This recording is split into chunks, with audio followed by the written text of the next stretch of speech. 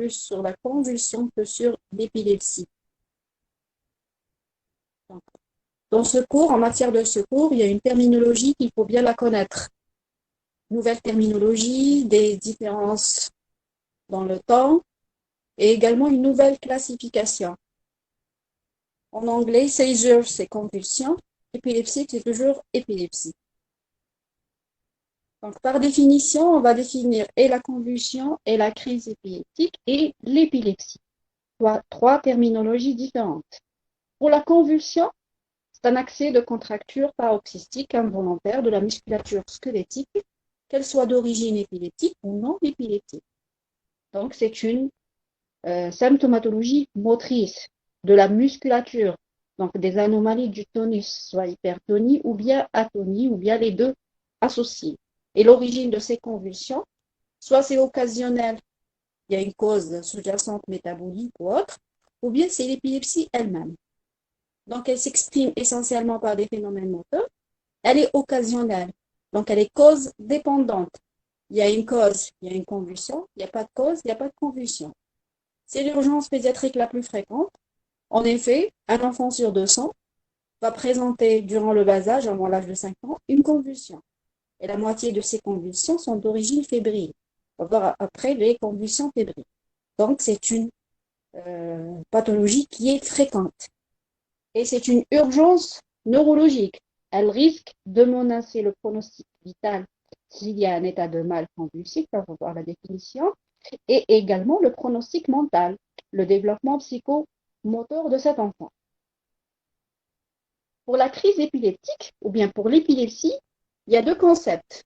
Il y a la crise, il y a l'épilepsie maladie.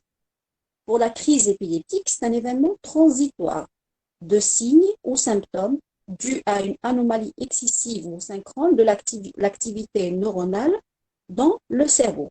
On l'appelait autrefois le syndrome de cerveau. Donc, c'est juste c'est bref, c'est un événement transitoire, réversible ou rapidement résolutif qui associe soit des signes moteurs, des troubles de la conscience ou bien sensitifs, en rapport avec une décharge au niveau du cerveau qui est bien localisée. Donc, cette crise ou cet événement peut comporter, soit de façon isolée ou bien associée, des troubles de la conscience, du comportement, des altérations végétatives et des manifestations motrices. Donc, vous imaginez tout. Donc, convulsion, c'est motrice. Par contre, crise épileptique, c'est généralisé. Soit motrice isolée, motrice conscience, motrice végétative, conscience végétative, trouble du comportement. Parfois, je vous donne quelques signes. Par exemple, des éclats de rire inexpliqués, un enfant qui rit beaucoup, ça peut être une crise épileptique. On fait le EEG et on trouve des décharges au moment de ces accès de rire, de ces éclats de rire. Des pleurs également, parfois des douleurs abdominales isolées. Vous avez un enfant en consultation pour des douleurs abdominales, vous faites l'échographie, vous cherchez tout, NECBU, bilan métabolique, rien du tout. Quand vous faites l'EEG percritique ou bien même l'EEG de fond, vous trouvez qu'il y a un tracé perturbé. Les accès de migraine ou des céphalées également. Donc, la crise épileptique, elle est variable dans son expression. Pour l'épilepsie, cette fois-ci, maintenant, on l'appelle maladie, disease. Autrefois, avant le 2017, on l'appelait désordre. Mais maintenant, c'est une maladie. Et donc, qui dit maladie, il y aura plusieurs symptômes. Et le primant, ou bien l'origine de cette maladie, c'est le dysfonctionnement cérébral. C'est ces décharges, cette histoire de décharge. Donc, elle est définie par une prédisposition personnelle à gérer des crises, à provoquer des crises, qu'elles soient génétiques, cette prédisposition, ou structurelle, donc morphologique ou métabolique, avec des conséquences essentiellement neurobiologiques, cognitives, psychiques et sociales. Pour un enfant, c'est vraiment ces conséquences sont importantes. Psychiques et sociales, la scolarité, c'est très important. Cette maladie, elle est liée à une anomalie cérébrale qu'elle soit structurelle, c'est-à-dire organique, ou bien fonctionnelle, uniquement cette histoire de décharge. C'est un phénomène clinique par décharge brutale, excessive, paroxystique et synchrone d'une partie ou une totalité de la population neuronale. Donc, vous avez des neurones, neurone, un groupe neuronal, un hémisphère ou tout le cerveau qui brutalement envoie des décharges, des potentiels évoqués et qui ne sont pas normaux. Normalement, ils ne déchargent pas. Et en même temps, et selon la localisation de ces neurones, donc vous aurez la symptomatologie motrice, sensibilité, végétative et troubles de la conscience. Et vous aurez même la localisation, est-ce que c'est unilatéral ou focal, bilatéral, généralisé ou partiel. Le diagnostic de l'épilepsie n'est pas facile, malgré cette symptomatologie, cette EEG, mais ce n'est pas toujours facile. Il peut être retenu sur, vous avez en moins la répétition ou la survenue de 2 crises non provoquées, c'est-à-dire qui sont réflexes, espacées de plus de 24 heures, non provoquées, c'est-à-dire en dehors de toute cause qui favorise les convulsions. Ou bien c'est une seule crise non provoquée, mais avec une probabilité ou une forte probabilité de survenue de crise après, ultérieure, au cours des 10 années suivantes, similaire au risque général de recurrence observé après 2 crises non provoquées. C'est-à-dire, vous avez une crise spontanée comme ça, mais vous avez une forte probabilité que l'enfant va également convulser durant ces 10 prochaines années. Par exemple, il a une hydrocéphalie, il a une malformation, il a une hépatopathie avec un problème des aminoacidopathie, myélocytopathie mitochondriale, il a eu un traumatisme crânien. Donc, fort possible, donc il sera épileptique. Et également, on peut retenir le diagnostic d'épilepsie si on est devant un syndrome épileptique. On va voir après la définition du syndrome épileptique, comme le syndrome de West, le syndrome de Lennox-Gastaut. Donc, retenir le diagnostic d'épilepsie devant l'une des situations, des 3 situations qu'on vient de voir. D'autres terminologies, l'épilepsie résolue ou en rémission. On ne parle pas de guérison en matière d'épilepsie. Donc, l'épilepsie résolue, c'est une épilepsie qu'on a observée pour les syndromes épileptiques qui sont âge dépendants et qui ont désormais passé l'âge correspondant. Par exemple, si je prends convulsion fébrile jusqu'à 5 ans. Après 5 ans, on ne parle plus de convulsion fébrile. Donc, on peut parler de convulsion, c'est une forme d'épilepsie résolue, ou ça change la terminologie. Si elle va persister, ça va changer carrément. Si je parle du syndrome de West, le syndrome de West, on l'observe dans les 2 premières années. Si après les 2 premières années, il y a disparition de la symptomatologie, quoique c'est rare, donc on parle de rémission ou résolution. Également, la rémission, elle est observée si un enfant épileptique connu, il n'a pas convulsé durant 10 années et qu'il n'a pas été sous traitement en moins pendant 5 ans. Auparavant, on parlait de 2 années sans traitement. On considère que l'enfant, il est en rémission. Maintenant, donc il faut attendre 10 années sans convulsion ou sans crise épileptique pour dire que l'épilepsie, elle est stabilisée, qu'elle est résolue. Bon, l'intérêt de la question, c'est la fréquence. Comme j'ai dit, 1 sur 200 enfants va convulser avant l'âge de 5 ans et surtout la fréquence des convulsions fébriles, qu'il est possible de les prévenir. La prophylaxie des convulsions fébriles, elle est possible. Les étiologies sont multiples et variables. Chez le nourrisson, dominé par les convulsions fébriles, et l'enfant, chez le grand enfant, l'épilepsie. Surtout, attention, les épilepsies post-traumatiques. L'enfant, il a eu un accident, par exemple, accident de vélo, chute sur la tête au bas âge, et à l'âge adulte, il peut présenter une épilepsie comme ça. La gravité, le pronostic immédiat peut être mis en jeu. On peut avoir des décès, surtout s'il y a eu un état de mal convulsif. Et à moyen long terme, c'est les séquelles cérébrales.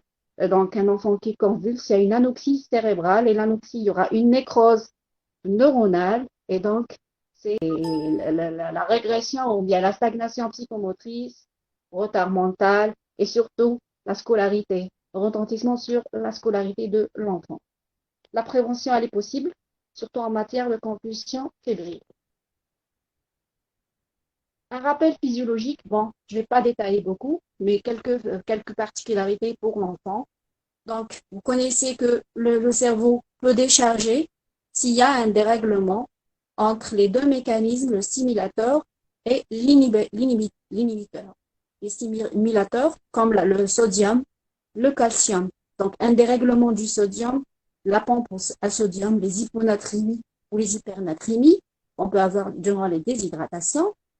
Le calcium, donc c'est pour ça les hypocalcémies, l'enfant peut convulser. Par contre, l'adulte, c'est rarement exceptionnellement qu'il convulse par hypocalcémie et présente beaucoup plus des tétanies. Et le GABA qui est un inhibiteur du système nerveux. Parmi, il y a des médicaments, des substances externes qui peuvent l'inhiber, comme la vitamine B6. Donc, une carence en B6, qu'elle soit d'origine génétique ou d'origine médicamenteuse, par exemple, la maman, elle prenait des antituberculeux, elle allait maternellement son enfant, et donc il y a un passage des médicaments, des métabolites qui vont inhiber la B6 de l'enfant, du nourrisson, et qui peut convulser par ce mécanisme. Si on lui donne la vitamine B6, on va voir la résolution de ces convulsions. Les particularités en fonction de l'âge, le nouveau-né, donc le nouveau-né, il a des particularités anatomopathologiques. Son système nerveux, il y a une disjonction entre le cortex et le sous-cortex. Les synapses, ou bien vous avez uniquement les axones, les prolongements ne sont pas encore développés, les axones entre le cortex et le sous-cortex. Et donc, s'il y a une décharge au niveau du cortex ou du sous-cortex, ça ne va pas diffuser. Et c'est pour ça qu'on aura des mouvements atypiques et des crises localisées qui sont très fréquentes, qui sont même dites équivalents convulsifs, comme l'apnée, la mastication, des mouvements de mastication, c'est comme si il mâche, mouvements oculaires. Pour le nourrisson, son système nerveux, il est très, très excitable.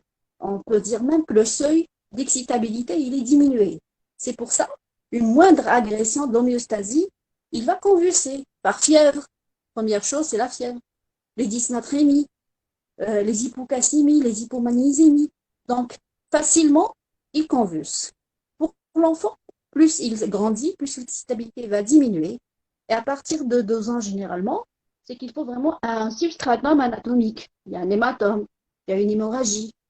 C'est pas beaucoup plus la fièvre, c'est beaucoup plus ces causes anatomiques ou bien vraiment les désordres de la glycémie qui peut convulser. L'étude clinique, donc pour l'épilepsie, donc je vais seulement détailler ça.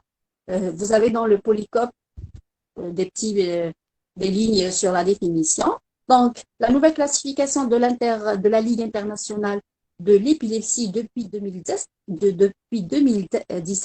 elle a apporté une nouvelle terminologie. D'abord, la maladie, l'épilepsie, maintenant, elle est considérée comme une maladie, alors qu'auparavant, elle était nommée désordre. La localisation également, il y a eu des changements. Auparavant, avant 2017, on parlait de partiel et général. Épilepsie partielle, épilepsie ou bien crise générale. Maintenant, on parle de focale, mais c'est plus partiel. Focale, c'est-à-dire c'est à partir du foyer où a eu la décharge. C'est pas partiel. Partiel, c'est comme si qu'il y a c'est la dissémination. Donc le focal, c'est en rapport avec le foyer épileptogène. Et l'état de conscience, est-ce qu'elle est consciente? La conscience, elle est conservée ou pas? Et donc, de ce concept, on parle de focal, des crises focales. Donc, et surtout, l'intérêt onset location, c'est la première crise pour la définition du type d'épilepsie, c'est-à-dire il y a une crise épileptique et puis la maladie épileptique.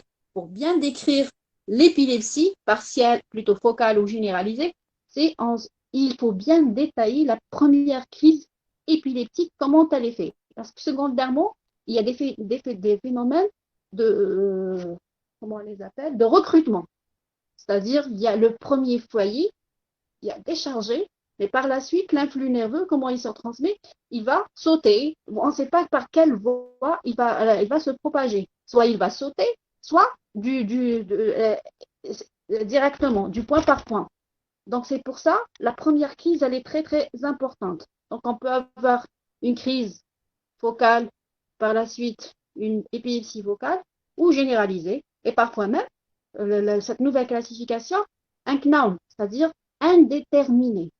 À partir de la première crise, on ne sait pas est-ce que le mode de cette crise et de cette épilepsie, il est focal ou généralisé. Peut-être par la suite, il y a une révision, il y aura une nouvelle terminologie. Donc, c'est bien déjà de dire qu'on ne sait pas encore, indéterminé.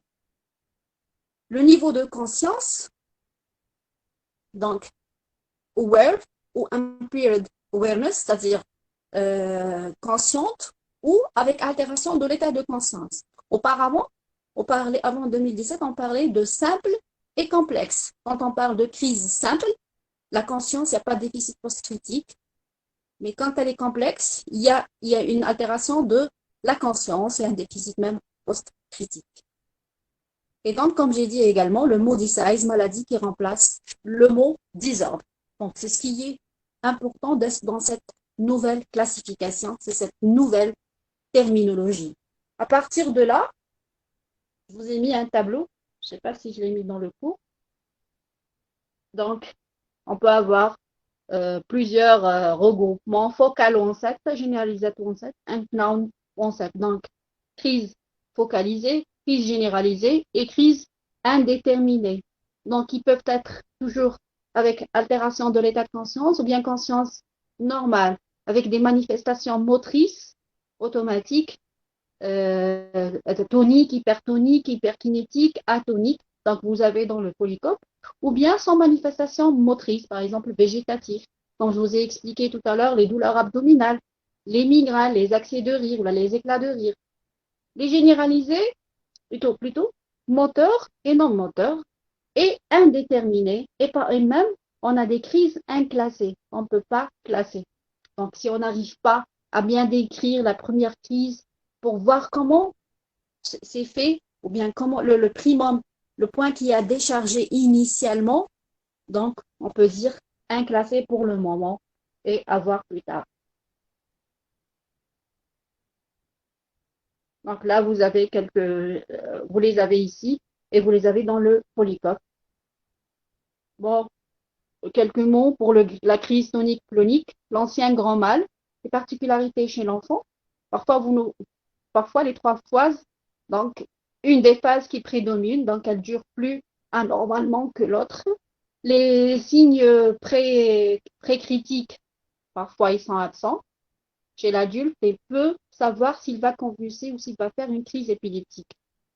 En post-critique, la torpeur, l'hypotonie, parfois même coma, morsure de langue ou la perte des urines, ils sont inconstants chez l'enfant. Les crises toniques pures sont plus fréquentes, c'est les anomalies du tonus, en dehors du sommeil. C'est une raideur tonique d'intensité variable, donc surtout avec révolution des globes oculaires. Toujours attention aux yeux, donc pour voir la crise, pour l'identifier. Et parfois, il y a une participation laryngée, donc vous aurez un sang expiratoire, une cyanose, une apnée, salivation. D'autres crises, vous pouvez les lire ici. Les autres formes cliniques, l'état de mal convulsif, c'est très important, sa définition. Donc, c'est une crise qui va soit une crise qui va durer plus de 30 minutes, ou bien c'est des crises répétées sans reprise de la conscience qui vont durer plus de 30 minutes. C'est une urgence nécessitant une prise en charge immédiate dans un milieu spécialisé, faire une sédation totale. En matière de crise, soit épileptique ou convulsive, il faut chronométrer. Donc, dès qu'il commence à convulser, il faut apprendre aux parents ou bien aux médecins, dès qu'il commence, il met le chronomètre parce que le traitement dépendra de la durée de cette crise convulsive ou bien de cette crise épileptique. Si on arrive à 20-25 minutes, prévenir l'AREA et parce qu'il y a une sédation totale. C'est comme une analgésie ou l'anesthésie générale. Pour les convulsions néonatales, comme on a dit tout à l'heure, elles sont atypiques et parfois même difficiles à reconnaître. Et c'est l'EEG critique qui va les identifier parce que c'est des décharges. Donc, du moment qu'on peut avoir des mouvements, c'est des apnées qu'on peut mettre sous le compte d'une détresse respiratoire, des mouvements de mastication, des pédalements. Bon, pédalement au niveau des jambes, c'est facile, mais parfois ça passe inaperçu. Ça pose un problème de diagnostic avec les trémulations. Vous touchez l'enfant et il fait ses mouvements. Le nouveau-né, il fait ses mouvements. Quand la maman, c'est la maman qui le touche, il n'y a pas ces mouvements. Et donc là, l'intérêt parfois de l'EEG critique. Donc, vous faites un EEG du sommeil ou bien de 24 heures pour voir s'il y a des décharges ou pas. Pour les syndromes épileptiques, qui font partie de la définition de l'épilepsie, c'est-à-dire un syndrome épileptique égale également une épilepsie. Ils ont des caractères communs. C'est le type de crise découverte par l'EEG, c'est-à-dire à l'EEG, c'est caractéristique. Chaque syndrome a ses pointes ou à ses décharges spécifiques. Je cite le West, c'est l'ipsa-arythmie. Le Lennox-Gastaut, c'est les pointes amblantes. Donc, l'EEG, il peut poser le diagnostic électrique. Le résultat d'imagerie, il y a des anomalies qu'on peut voir communes. Par exemple, tous les West, il y a les anomalies du corps calleux, presque généralement. Les caractéristiques dépendantes de l'âge, c'est l'âge de survenue. Le West, généralement, c'est les 2 premières années. Le Lennox, c'est après 2 années. Les déclencheurs, le facteur déclenchant, le pronostic également. Toujours, je reprends le West, c'est le plus fréquent en pédiatrie. C'est l'arriération, la stagnation, l'arriération mentale, comme pour le Lennox. Par exemple, bon, j'ai mis parfois, beaucoup d'entre eux ont des noms bien connus, c'est ça, c'est le syndrome de West. Je vous ai mis 3 ou 4 lignes et 4 mots caractéristiques et le syndrome de Lennox-Gastaut. Le diagnostic positif, bien comment on fait notre conduite, démarche diagnostique devant des convulsions ou une épilepsie. Donc, normalement, le diagnostic, il est posé soit par l'EEG ou bien lorsque vous assistez et vous connaissez la sémiologie de la crise. Mais très souvent, il est fait en rétrospective. C'est les parents qui ramènent la notion de crise, de mouvement anormaux. Donc, c'est l'anamnèse. Donc, il y aura la description de la crise. Est-ce qu'il y a une participation motrice généralisée, bilatérale ou uniquement unilatérale? Les signes associés. Est-ce qu'il y a une chute de la tête, les mouvements des globes oculaires? Est-ce qu'il y a un facteur déclenchant? Est-ce qu'il y a une prise de médicaments? Est-ce qu'il y a une température au moment ou avant la crise? Est-ce qu'il y a des troubles, par exemple déshydratation, qui peut expliquer certains troubles? Pour les nouveau-nés, toujours, les antécédents de la grossesse, c'est important. L'accouchement également, s'il y a eu un accouchement dystocique, il y a une souffrance fœtale, une notion de réanimation. Pour le nourrisson, il faut apprécier le développement psychomoteur, étape par étape, et également, sans oublier la recherche d'antécédents familiaux, de convulsions et d'épilepsie. Par exemple, devant une convulsion fébrile, la présence d'antécédents familiaux d'épilepsie, attention, c'est un risque de convulsion complexe. Donc, il y aura un risque de passage à l'épilepsie. L'examen clinique chez tout enfant, donc la température, c'est capital, parce qu'elle permet de poser parfois le diagnostic étiologique, c'est les convulsions fébriles. La tension artérielle, toujours, il ne faut jamais l'oublier, c'est une des causes chez l'enfant, l'HTA. Bien sûr, vous avez les courbes d'André, l'état d'hydratation, la chimie des urines. Donc, tension, chimie des urines, généralement, elles sont souvent oubliées. Les examens complémentaires, donc c'est selon le contexte, ils ne sont pas tous systématiques. Si pas de fièvre, toujours le bilan du glucose, la glycémie, le dextro et glycémie capillaire, calcémie, ionogramme sanguin, la magnésémie, fonction rénale, je dis toujours le rein, c'est-à-dire c'est une des causes de convulsion, l'FMS également. La ponction lombaire, elle est systématique pour la première convulsion avec fièvre chez le nourrisson. Donc, un nourrisson qui vient pour la première fois, il est fébrile et il convulse. Il ne faut pas passer à côté d'une méningite. Surtout la méningite bactérienne. Là, ici, le terme, si on dit nourrisson, à partir de quel âge? Donc, certains pays, ils ont adopté moins d'une année, on fait systématiquement l'APL, mais après une année, si vous n'avez pas de signe évocateur de méningite, on avait certains signes de méningite, on ne fait pas l'APL. Donc, selon votre tableau clinique. Le fond d'œil, l'exploration neuroradiologique, donc le fond d'œil, la radio du crâne, le scanner, si vous suspectez une HIC, et chez l'échotransfrontalaire, chez le nourrisson, s'il a une fontanelle ouverte. L'examen systématique des urines, hématurie, protéinurie, s'il y a un problème rénal, peut-être c'est une HTA avec un retentissement, c'est une GNA avec HTA et l'enfant il a convulsé, c'est un état de mal ou bien un AVC peut-être également. Et l'EEG à faire dans 15 jours après une crise hyperpyrétique et plutôt si pas de fièvre. Donc, si vous avez une fièvre, la fièvre, elle perturbe l'électrogramme. Donc, il faut attendre 15 jours pour pouvoir faire un EEG. S'il est pathologique, c'est une épilepsie ou bien un syndrome épileptique. S'il n'y a pas de fièvre, on peut le faire plus tôt ou même en perte critique. Et donc, retenez, chez l'enfant, l'APL, l'intérêt de l'APL, 6 fièvres, surtout chez le nourrisson, et la tension artérielle. Les diagnostics différentiels, donc, comme j'ai dit, le diagnostic il est très souvent rétrospectif, donc il faut pas passer à côté d'un spasme de sanglot qui est fréquent chez le nourrisson, le petit enfant, avant la scolarité. C'est des enfants qui commencent à pleurer parce que vous les avez provoqués. Par exemple, vous leur empêchez de prendre quelque chose, ou vous leur enlevez le téléphone. Maintenant, ils commencent à pleurer, ils pleurent, ils pleurent, ils pleurent. Et puis, ils arrêtent spontanément, donc ils arrêtent leur respiration. Et quand il arrête, il devient bleu. Et c'est ça ce qu'on appelle ça, spasme de sanglot. Quand vous les rassurez, la maman, elle les rassure, ils reprennent normalement. Donc, on appelle ça spasme de sanglot. C'est l'équivalent, c'est ce qu'on appelle les grands-mères, yifham. C'est les enfants, les yifhamou.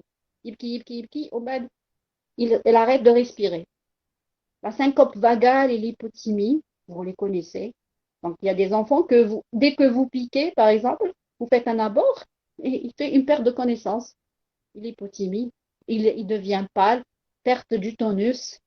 Et là, faut attention. Les accidents de RGO, le reflux gastro-œsophagien, il peut provoquer même des hypoxies. Les crises hystériques chez l'adolescente, donc attention également. Les trémulations chez le nouveau-né et nourrisson induites par les incitations physiques. Généralement, ces nouveau-nés ou nourrissons, ils ne tolèrent pas le contact tactile des autres. Donc, ils connaissent leur maman. Donc, quand c'est la maman qui les touche, ils sont normaux. Quand c'est une tierce personne, ils commencent à bouger. Là, si c'est difficile, il faut faire un EEG. Le diagnostic étiologique, donc chez le nouveau-né, c'est beaucoup plus. Soit c'est des anomalies de l'accouchement, de la grossesse, l'accouchement ou bien les troubles métaboliques. Donc, les complications périnatales de l'accouchement, surtout l'anoxie, si souffrance fœtale aiguë, donc voir l'abgare de l'enfant, l'hémorragie intracérébrale et pansement sous-dural.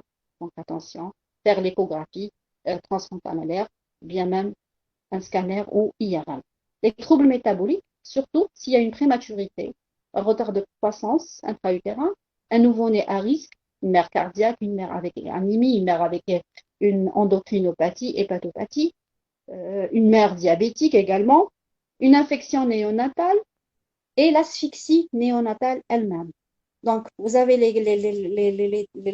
anomalies, beaucoup plus l'hypoglycémie, on a également l'hypocalcémie, l'hypomagnésémie et les dysnatrémies, c'est-à-dire les hypo et les hypernatrémies. Pour l'hypoglycémie, sa définition chez le nouveau-né, donc c'est en fonction du terme, prématuré et nouveau-né à terme, petit poids de naissance, en fonction de l'âge, moins de 72 heures de vie, 3 jours de vie, et après 72 heures de vie. Donc, c'est des chiffres très profonds, 0,2 et 0,3 par exemple, pour les petits poids de naissance, et nouveau-né à terme, 0,3 et 0,4. C'est-à-dire ce sont les seuils de la convulsion par hypoglycémie.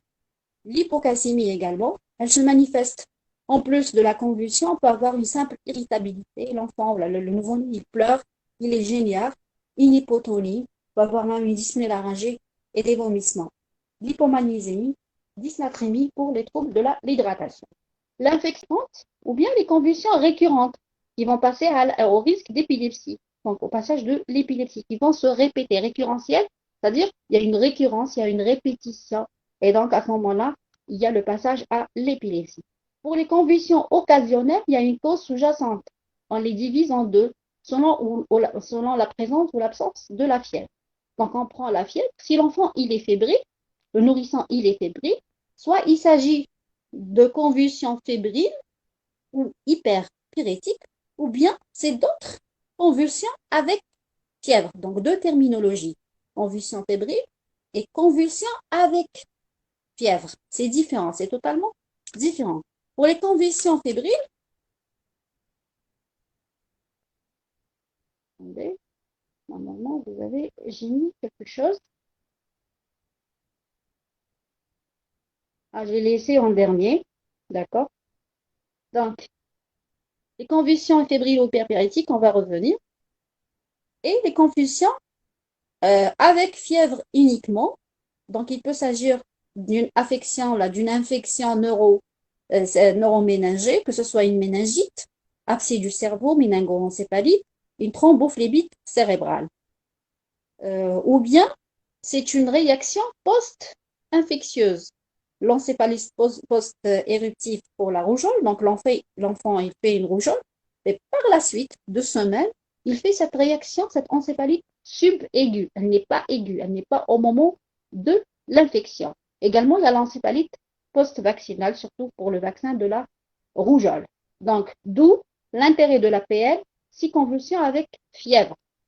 Donc, pour éliminer les infections, les affections du système nerveux d'origine infectieuse ou post-infectieuse. Pour les convulsions fébriles, on va revenir.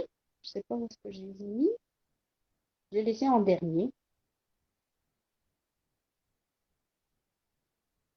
C'est ça. Donc, je vais parler du moment. Donc, pour la convulsion fébrile, donc cette terminologie, convulsion fébrile hyperpyrétique, c'est une convulsion occasionnelle qui survient entre 6 mois et 5 ans, pas avant 6 mois et pas après 5 ans. C'est à cet âge que l'enfant, il est très vulnérable à la fièvre. Après 5 ans, c'est une épilepsie. Avant 6 mois, c'est une épilepsie également. Donc, associée à une fièvre supérieure à 38, donc c'est pas important 38 ou 40, et qui n'est pas liée à une infection intracrânienne ou autre affection cérébrale reconnue. C'est-à-dire qu'il n'y a ni infection comme méningite, méningo-encéphalite, ni malformation cérébrale. Donc, c'est une fièvre sans anomalie du système nerveux central.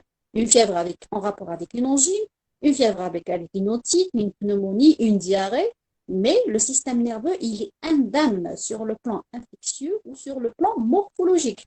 Si cette convulsion, par exemple, avec un enfant qui a une dysmorphie faciale, qui a un PC qui est augmenté ou bien une microcranie, je ne pense pas à cette pathologie, à convulsion fébrile. Donc, c'est le substratum anatomique, c'est une anomalie du système nerveux central.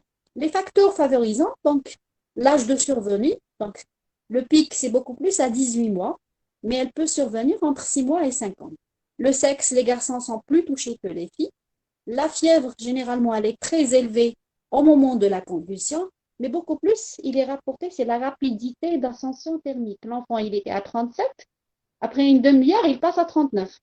C'est là que le cerveau ne tolère pas et il va décharger. Par exemple, mais s'il l'a fait progressivement, 37, 37 et demi, 38, doucement, chaque 2 heures, il augmente de 0,5, l'enfant ne convulse pas. Donc, c'est cette rapidité d'ascension qui fait qu'il y ait convulsion. Les facteurs génétiques, c'est la présence d'antécédents familiaux. Donc, on note que dans la même famille, par exemple, 2 frères, 3 frères, le père, la mère, ils ont présenté ces convulsions fébriles. Les caractéristiques cliniques de ces convulsions fébriles, généralement, elles sont bilatérales. C'est tout le cerveau qui ne tolère pas la température. Le type, soit clonique, tonico-clonique, et qui sont brèves de durée brève, moins de 5 minutes. Donc, le mot bref, c'est 5 minutes. Parfois plus prolongés, et qui peuvent même aller vers l'état de mal convulsif. On peut avoir même un déficit post-critique, mais qui est réversible. L'enfant, il présente une hémiplégie ou bien il est atonique, il est somnolent, il a des céphalées, ne se réveille pas, mais généralement c'est réversible. 24 heures, tout rentre dans dans l'ordre. L'évolution de ces convulsions fébriles, donc c'est le pronostic, c'est le risque de passage à l'épilepsie. Et c'est pour ça, il faut les classer. Donc en crise simple et en crise complexe. Donc, vous avez ce tableau qui fait la différence. Donc, à partir de la première crise, donc d'abord, avant de parler de ça, c'est la répétition des crises. Après la première année, le risque il est plus important, mais après une année d'évolution, il va diminuer pour disparaître complètement. À l'âge de 5 ans et demi, normalement, l'enfant ne reconvulse pas par fièvre. S'il continue à convulser après cet âge, c'est une épilepsie. C'est ça le passage à l'épilepsie qu'on observe pour les risques, plutôt pour les crises complexes. Donc, le tableau suivant, c'est la différence qu'il faut la faire dès la première crise de convulsion fébrile pour dire simple ou complexe. Donc, les crises simples, c'est les crises qui apparaissent après l'âge de 1 an, surtout à 18 mois. Par contre, les crises complexes, c'est moins de 1 an. Et c'est pour ce type de crise qu'il faut faire l'APL. Moins de 1 an, moi, je fais l'APL. Après 1 an, c'est selon mon examen. La température, elle est très élevée dans les crises simples. Par contre, elle est peu élevée dans les crises complexes, moins de 38, ou bien seulement elle est à 38. Le type de crise, la focalisation, elles sont focales, partielles. Bon, on peut toujours utiliser le mot partiel dans les complexes, mais elles sont généralisées, bilatérales dans les simples. Elles sont brèves, moins de 15 minutes. Donc, généralement, on ne dépasse pas les 15 minutes dans les simples et plus de 15 minutes, voire même un état de mal dans les crises complexes. Elle est unique dans les crises simples, mais elles sont répétées donc, durant l'épisode fébrile. Par exemple, par 24 heures, 2, 3 jours, 3 jours, l'enfant, il convulse et il convulse. Mais il faut la considérer comme une seule crise. Le déficit post-critique, il est absent dans les crises simples. L'enfant est convulse et se réveille normal. Par contre, vous trouvez qu'il est anormal, l'examen neurologique, il est anormal pour les crises complexes, mais c'est réversible. Donc après 24 heures, ça disparaît. Le risque d'épilepsie, il est exceptionnel pour les crises simples. On dit qu'il est moins de 1%. Par contre, pour les crises complexes, il est plus important. Il est à 15%. C'est pour cette raison qu'il faut faire la différence, bien faire la classification d'emblée dès la première crise.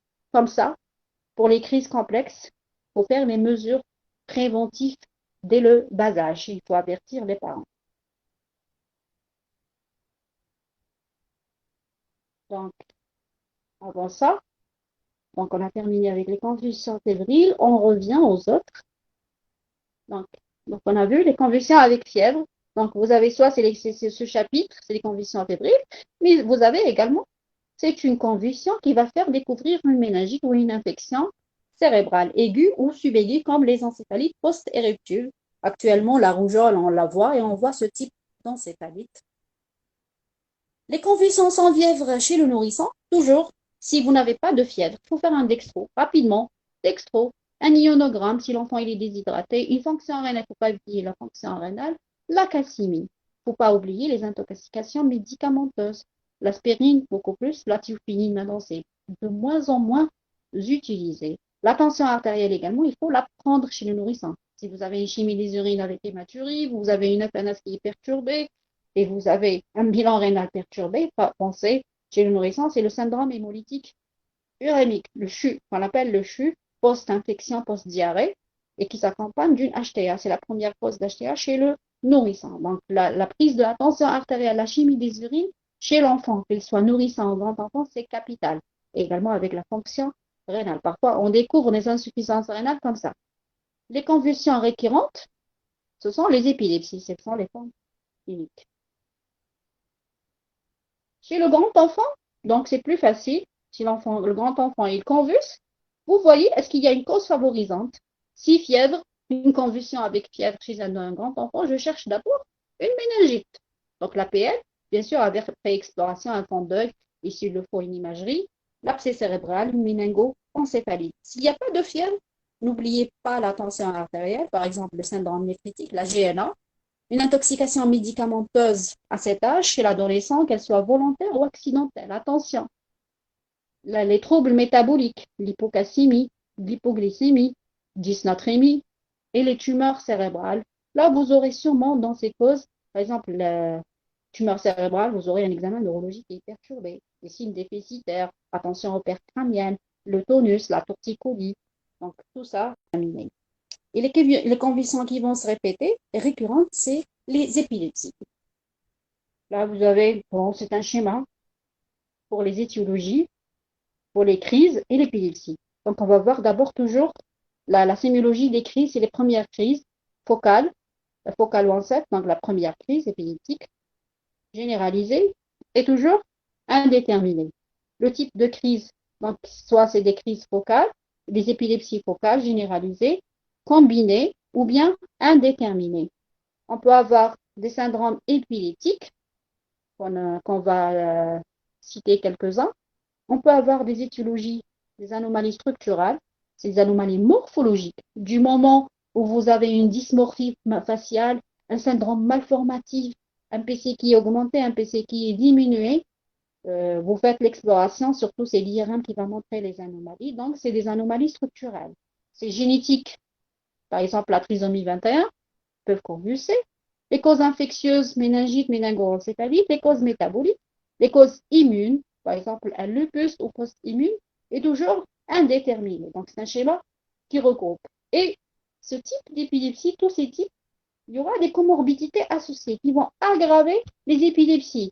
Par exemple, structurelle, il a une anomalie structurelle, il va faire des infections, il va faire des anomalies métaboliques. Donc, donc, il y a l'association de plusieurs facteurs pour donner le type d'épilepsie. Donc, vous avez quelques mots ici. Vous pouvez le lire.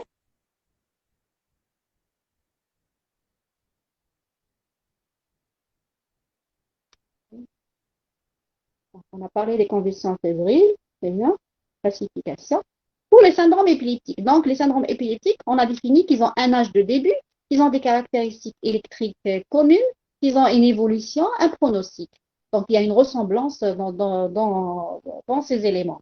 Donc, les plus fréquents en pédiatrie, le syndrome de West, on l'appelle communément le spasme en flexion. C'est comme si l'enfant se plie à deux. C'est comme si qu'il a mal au ventre. L'âge du début, c'est précoce, c'est bon, c'est le premier, c'est entre 3 mois et 9 mois, sous forme de spasmes symétriques massifs du tronc et des membres en flexion, pliant le tronc et parfois en extension. Parfois, c'est l'inverse. Parfois, il est considéré comme étant des douleurs abdominales, un RGO.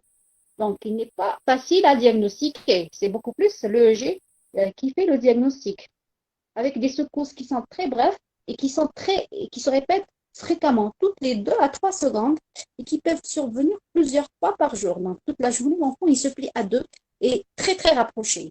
L'EEG très, très pathognomonique, c'est le tracé ipsarythmie. Vous voyez ici, c'est du charabia, charabit. Donc, c'est comme ça. Si vous le voyez une fois, ça y est, c'est bon. Il s'accompagne malheureusement, ce qui fait le pronostic d'une régression psychomotrice. C'est-à-dire, par exemple, s'il survient à l'âge de 6 mois ou 7 mois et l'enfant il a acquis la position assise, après cette position, il va perdre cette notion de position assise. S'il a acquis la position de marche ou bien la station debout, il va perdre la station debout et la marche, puis la station assise pour rester toujours grabataire. Il peut être primitif sans anomalie neurologique, structurelle, et là, dans ce cas, il est de meilleurs pronostics. On peut le stabiliser par les médicaments. Mais parfois, ou souvent, il est secondaire. Il y a une malformation cérébrale. C'est les anomalies du corps calleux, beaucoup plus les agénésies, les hypogénésies, les phacomatoses. Et là, le pronostic, il est plus sévère. Donc, ce sont les caractéristiques de ce syndrome. Parfois, ce syndrome, il disparaît pour faire apparaître un autre syndrome. Il fait le lit, ou bien il y a un passage au syndrome de Lennox-Gastaut. Donc, il survient beaucoup plus entre 2 ans et 7 ans, avec des crises atoniques répétées. Donc, c'est une perte brutale du tonus. Donc, l'enfant, il est assis, comme ça, il tient la tête, et puis il y a une chute de la tête ou chute du corps carrément. Le G, il est très caractéristique des pointes ondes longues, d'épaule, et il peut prendre le relais à l'ouest. Également, il est difficile à traiter. Le syndrome HHE, hémiconvulsion, hémiplégie et épilepsie. Donc, initialement, c'est une convulsion hémicorporaire, donc c'est une crise qui est complexe, qui s'accompagne par la suite d'une hémiplégie, donc un syndrome post-traumatique, mais qui est persistant, qui n'est pas réversible, et l'apparition d'une épilepsie. Son début se voit entre 5 mois et 2 ans, crise unilatérale suivie d'une hémiplégie transitoire ou définitive et un risque élevé d'épilepsie. Donc, on arrive au traitement. Il y a le traitement symptomatique en urgence, donc il faut bien connaître, le traitement étiologique et le traitement préventif. Le traitement en urgence, c'est à l'hôpital, c'est pas à la maison. L'objectif, c'est d'arrêter la crise. C'est une souffrance neurologique, il y a un risque d'anoxie cérébrale et donc d'aggravation. Donc, si une crise initiale qui était bénigne initialement, si elle n'est pas prise en charge, elle n'a pas été arrêtée, il y aura des dégâts sur le neurone lui-même, et donc vous aurez des séquelles irréversibles. Les moyens, c'est la mise en condition, la position de sécurité. Pour l'enfant, s'il est fébrile, il faut le dévêtir. Les aspirations, pour éviter un syndrome de Mendelssohn. Une voie d'abord veineuse, une pour le bilan. Traitement d'urgence, collecteur d'urine pour voir la chimie des urines. Les médicaments anticonvulsivants, le premier, d'abord selon l'âge, chez le nouveau-né, on n'utilise pas le Valium parce qu'il déprime les centres respiratoires. On utilise beaucoup plus le Gardénal. Il y a une dose d'attaque, 20 mg kg dilué, et le relais par la voie IM après. Chez le nourrisson et l'enfant, c'est le traitement d'urgence, c'est le Valium, c'est le diazépam qui est commercialisé sous forme d'injectable. La dose d'attaque, c'est 0,5 mg kg dose qu'on peut répéter. Elle est donnée par voie intrarectale parce qu'il y a une meilleure diffusion. Où là, elle est rapide cette voie. Pic sérique en 6 minutes. À répéter une fois si c'est nécessaire, puis passer à la voie intraveineuse. Mais attention, il ne faut pas dépasser la dose seuil de 0,1 mg kg minute parce qu'il y a un risque de déprime des centres respiratoires. À ce moment-là, il faut avoir un réanimateur à côté. Si la crise ne cède pas ou la dose max est dépassée, un autre anticonvulsivant, c'est le Rivotril. Sinon, il faut avertir la réanimation parce qu'il y a un risque d'état de mal convulsif. Donc, le chronomètre doit être mis dès le début du traitement. Le traitement étiologique pour la convulsion fébrile, puisque c'est la fièvre qui a provoqué, c'est le traitement de la fièvre. C'est les antipyrétiques, c'est les moyens physiques et le traitement de l'origine de la fièvre, l'infection. C'est l'antibiothérapie ou pas, ça dépend. S'il y a une virose, il n'y a pas lieu de mettre des antibiotiques. Donc, il faut faire baisser la température, mais doucement. Il ne faut pas qu'elle baisse rapidement. Les moyens physiques, les enveloppes, il faut bien les connaître. Il y a des thermomètres même pour l'eau. Donc, on préconise de mettre l'enfant dans une bassine d'eau avec une température de l'eau de 2 degrés moins que sa température. Les médicaments, attention pour les doses toxiques, c'est l'acide acétylsalicylique, l'aspirine, et vous avez le paracétamol. On fait généralement l'alternance. On commence par un, après 4 heures ou 6 heures, ça dépend. Si je mets l'aspirine, après 4 heures, j'utilise le paracétamol. Le paracétamol, j'attends 6 heures. Et donc, c'est une alternance de ces deux médicaments. Bien sûr, attention aux effets toxiques. Pour le traitement prophylactique, c'est-à-dire les antiépileptiques, pour la crise simple, là où le risque d'épilepsie est faible, exceptionnel, donc on ne met pas un traitement prophylactique. Donc le traitement prophylactique, c'était la dépakine auparavant. Ouais, c'est la dépakine, donc pas lieu de donner ce traitement. Si la crise est complexe, donc il y a un risque plus important d'épilepsie, donc soit on met un traitement continu, un antiépileptique, la dépakine qu'on utilise à dose thérapeutique 20 à 30 mg, avec un contrôle du bilan hépatique parce qu'elle est hépatotoxique. Et on arrête, soit si on arrive à l'âge où ces convulsions vont disparaître 5 ans, ou si on a une évolution 2 années sans convulsion et avec un EEG tout à fait normal. Parfois, le traitement peut être plus prolongé. Soit c'est un traitement intermittent, et là, ça nécessite une coopération des parents. C'est au moment de la fièvre, l'enfant il fait de la fièvre, il faut lui donner un anticonvulsivant. C'est le Valium par voie orale jusqu'à la disparition de la fièvre, 48 heures après la chute thermique. Vraiment, ça nécessite une coopération et il ne faut pas qu'il dépasse la dose thérapeutique. Quand même, c'est du Valium qui va déprimer les centres respiratoires. Le traitement, les convulsions métaboliques, il faut corriger les désordres. Si vous avez une hypoglycémie, si vous ne corrigez pas la glycémie, l'enfant continue à convulser, même si vous donnez du Valium. Donc, il faut lui corriger la glycémie par des perfusions. Il y a du glucosé à 10%, à 30%. Il y a également le glucagon. L'hypocalcémie, il faut donner une charge calcique. dysnatrémie si vous avez une hyponatrémie, selon le mécanisme. S'il y a une hyponatrémie de dilution, il faut donner un diurétique. Si c'est une déplétion, vous avez une natriurèse élevée, il faut lui donner du sodium. Les hypernatrémies, il faut faire une hyperhydratation. Les hypercalcémies, hyperhydratation. Donc, il faut corriger en même temps cette anomalie métabolique. Sinon, les convulsions ne vont pas s'arrêter, ils vont se répéter. Pour la tension artérielle, les néphropathies hypertensives également, il faut équilibrer la tension artérielle. Si vous ne corrigez pas la tension, l'enfant continue à convulser. Donc, il y a les antihypertenseurs, les diurétiques, le régime sans sel, la restriction, et il y a également la voie injectable, le Loxane. Et il y a également, parfois, c'est l'épuration extra-rénale. Il faut filtrer au niveau des urines. S'il y a un épanchement au niveau du cerveau, un épanchement solural, un hématome solural, il faut l'évacuer. Soit une ponction, soit un drainage carrément. Le syndrome de West, j'ai mis seulement ici parce qu'il y a une particularité de ce syndrome, c'est qu'il est corticosensible. Et c'est la seule indication des corticoïdes dans les épilepsies ou les syndromes épileptiques. Donc, on utilise un mois. Ça peut disparaître ou bien ça peut être en rémission. Et également, il y a des nouveaux antipyrétiques, le Vigapatran ou les Sabril. C'est des médicaments qui coûtent cher, qui ne sont pas disponibles encore dans notre pays et ça pose un problème de prise en charge pour ces enfants. Donc, c'est généralement ce qui est important à retenir dans le cours convulsion, épilepsie de l'enfant. Et là, je suis prête à vos questions.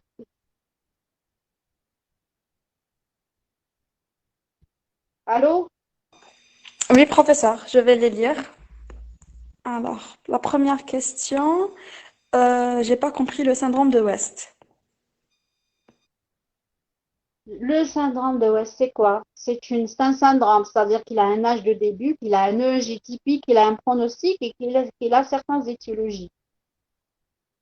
L'âge, c'est entre 3 et 9 mois. L'anomalie, c'est-à-dire pourquoi on parle de syndrome, c'est pas une maladie. On n'est pas égal si c'est génétique ou tout. Donc, il apparaît durant le 3 et 9 mois. C'est un enfant qui était normal, qui peut être normal, mais qui peut avoir ce syndrome dysmorphique, des anomalies, et qui commence à faire des salves. Il se plie sur deux. C'est comme s'il a mal au niveau du ventre. On les appelle les spasmes en flexion. Vous faites l'EEG, vous trouvez un EEG typique. Donc, l'EEG peut vous dire il a une hypsarythmie et donc c'est un West. Le pronostic, malheureusement, c'est la régression psychomotrice. Donc, c'est un enfant qui était normal et qui va régresser. Et jusqu'à arriver à la stage, toujours il est couché, sans aucune acquisition psychomotrice. Vous faites l'exploration radiologique, soit le cerveau il est normal et donc là le pronostic il est meilleur, il est plus stable, mais parfois vous tombez sur des anomalies, une agénésie du corps calleux, une phacomatose, et là le pronostic il est plus sombre, une hydrocéphalie, et donc le pronostic il est plus sombre. Les particularités également, c'est qu'il est corticosensible. C'est le seule forme d'épilepsie où on utilise des corticoïdes, on prend des corticoïdes. C'est ça le syndrome de West. Oui? Ok, la deuxième question était, quand est-ce que on peut considérer, pardon, un enfant comme guéri ou en rémission s'il présentait avant des absences? Je vous ai dit, donc on parle d'épilepsie, c'est d'épilepsie résolue, en rémission, on ne parle pas de guérison. Soit, par exemple, c'est âge dépendant, comme pour les convulsions fébriles. Il a dépassé l'âge de 5 ans, 6 ans, il ne reconvulse pas, il n'a pas reconvulsé, donc c'est une rémission. Soit qu'il est resté 10 années, il est épileptique connu, il a présenté, il a 10 ans, aucune épilepsie, aucune crise. Et pendant 5 ans, durant ces 10 années, il n'a pris aucun traitement. Parce qu'après, généralement, c'est une évaluation continue. Vous évaluez chaque année. Cette année, une année, il n'a pas présenté d'épilepsie, de crise. Je vois la deuxième année. Je peux tenter un sévrage. Auparavant, on utilisait 2 années. C'est-à-dire, après 2 années, je vois s'il n'a rien, je peux tenter l'arrêt, le sévrage. Maintenant, il faut attendre 5 années, 5 ans pour faire ce sévrage. Donc, après 5 années, je fais le sévrage. S'il ne convulse pas pendant 5 d'autres années, je dis qu'il est en rémission. Il peut rechuter, le mot rechute, c'est-à-dire réapparition des convulsions, comme il ne peut, c'est-à-dire comme il ne peut pas rechuter. Parfois, il rechute à l'âge de 60 ans, 70 ans. Et c'est ça. Et donc, en matière d'épilepsie, c'est des sujets d'actualité. Vous voyez, la classification, la dernière classification, c'est 2017. Alors que depuis les années 50, on utilisait les mots partiels. Et maintenant, on utilise des mots, on sait pas, on dit indéterminés. Donc, il y a des choses qu'on ne comprend pas encore et qu'il essaye c'est les chercheurs qui essayent de voir. Oui, La troisième question, chez le nourrisson, est-ce possible de donner le Gardinal au lieu du Valium en urgence? il est utilisé en deuxième intention. Donc, vous utilisez le Valium, c'est le premier. Sauf s'il a une détresse respiratoire et là, vous n'avez pas un réanimateur à côté de vous, vous pouvez l'utiliser. Mais l'anticonvulsivant majeur, c'est le Valium. Il est très rapide, 6 minutes, il agit. Le Gardena, il met plus de temps. Si vous donnez du Valium et il ne répond pas, après 20 minutes, 25 minutes, vous n'avez pas encore de réanimateur, vous commencez le Gardena. Oui, Ok, normalement, c'est les seules trois questions qu'il y avait. d'accord, très bien. Vous avez compris. Donc, Oui, très bien. j'insiste sur la belle terminologie. Convulsion fébrile, c'est ça, c'est les plus fréquents. Et la terminologie, la nouvelle terminologie, d'accord? La nouvelle classification. Ah, professeur, il y a une autre question. Peut-on avoir un syndrome de West après 9 mois? On peut l'avoir, parfois ça passe inaperçu. C'est un diagnostic qui est fait tardivement. C'est pas qu'il est apparu à l'âge de 9 mois. D'accord? Donc, les parents, comme je dis, c'est pas facile de faire le diagnostic. Si vous ne faites pas le EEG, vous ne savez pas. Donc, il prend ça pour des douleurs. À combien de West ils ont été pris comme étant des douleurs du RGO, un reflux, bien des douleurs, des coliques abdominales du nourrisson. Donc, c'est des coliques à répétition. Mais lorsque les parents remarquent qu'il y a un retentissement sur le développement psychomoteur, ils s'inquiètent. À ce moment-là, vous faites le G à 9 mois, vous le trouvez très perturbé. Donc, c'est le diagnostic qui est fait tardivement, mais pas parce il a commencé à le faire à l'âge de 9 mois ou plus. Généralement, c'est moins d'une année. Hein. Un West, il apparaît moins d'un an. Oui, Ok, une autre question aussi. Est-ce qu'il y a des inconvénients pour le Valium? c'est la détresse respiratoire. Il déprime les centres de la respiration. Donc, si, donc dans le traitement, je vous ai mis des doses. Il y a une dose toxique, il y a une dose seuil qu'il ne faut pas dépasser. Parce qu'au-delà de cette dose, si vous le donnez et vous n'avez pas un réanimateur, l'enfant, il fait une apnée, un arrêt respiratoire. Donc, à utiliser avec précaution. C'est la seule, c'est la précaution la plus importante à prendre.